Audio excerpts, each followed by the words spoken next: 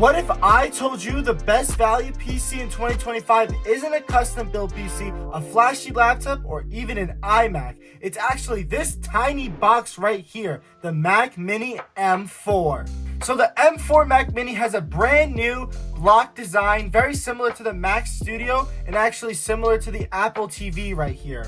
But the design hasn't changed much, and honestly, it didn't need to.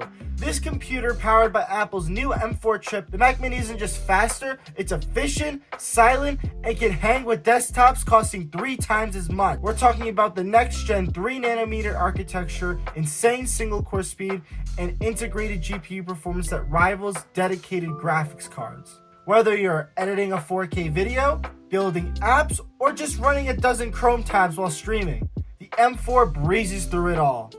But here's where it gets crazy. The base model Mac Mini starts at $599. You're getting performance that competes with machines that cost double, sometimes even triple the price.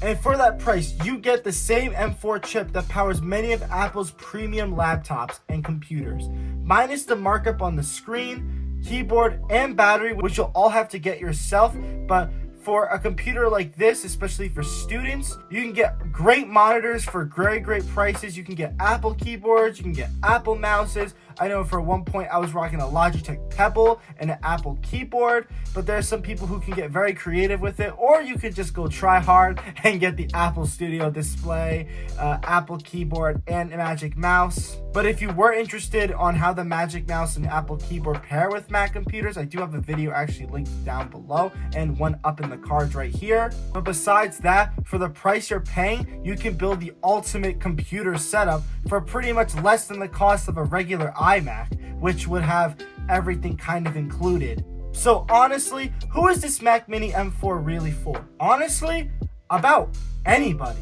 If you're a student who needs a reliable, fast machine on a budget, it's great. And also with the student discount, you get an extra $100 knocked off this, so you're paying $499 instead of $599. If you are a creator or a developer looking for a powerful machine without paying an excessive premium, graphic designers and video editors, and even some light pro users who need a dedicated home or even office workstation. Now, it's not perfect. You only do get 2 USB ports in the front. You do get a headphone jack, which is a rare commodity nowadays.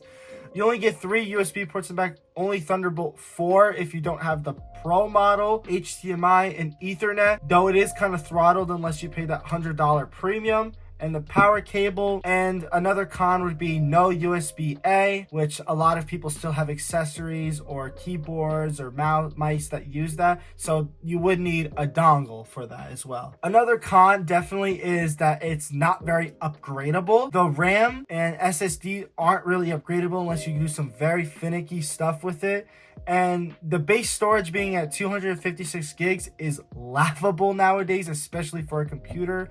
I got this for 256, and pretty much like every time before I bought my SSD, I had to like clean up the device all the time. But 16 gigabytes of RAM, Apple just recently upped it for the M4 from 8 to 16. So that's a welcome upgrade, though 16 can be limiting for some people depending on what circumstances you're using the computer for. But there is also a $1299 model of this that comes with the M4 Pro. It has 24 gigs of RAM, and it starts at 512 gigs, so quite an upgrade there. So yeah, of course, the computer needs to take some hits for it to hit that $599 price point, but honestly, for me, it's worth it. Again, you could just buy an external SSD, like 1 terabyte for like $100. It's not that crazy, and you will still be saving money if you even went the conventional internal way from Apple, because they do charge $100 for each tier of storage you go up. And with the lack of USB-A ports, you could just get some dongles and stuff. I already use this for my microphone and other stuff. But yeah, honestly, these are some like pretty minuscule trade-offs for such a great, compact, powerful machine. So in the market filled with overpriced desktops and bloated laptops, the Mac Mini M4 is a breath of fresh air. It's compact, silent, and affordable. And it's not just a great Mac, it's a great computer. And honestly, the best value you can buy at the moment, and especially if you're a student. But do you guys have the Mac Mini M4? Let me know how it's working for you guys in the comments, or if you're interested in buying one or have any questions, shoot a comment down below as well. But I want you guys to smash that like button if you found this helpful. Subscribe for more tech reviews and more content. I actually am working on a documentary that will be coming out very soon. I'll see you guys in the next video. Peace out.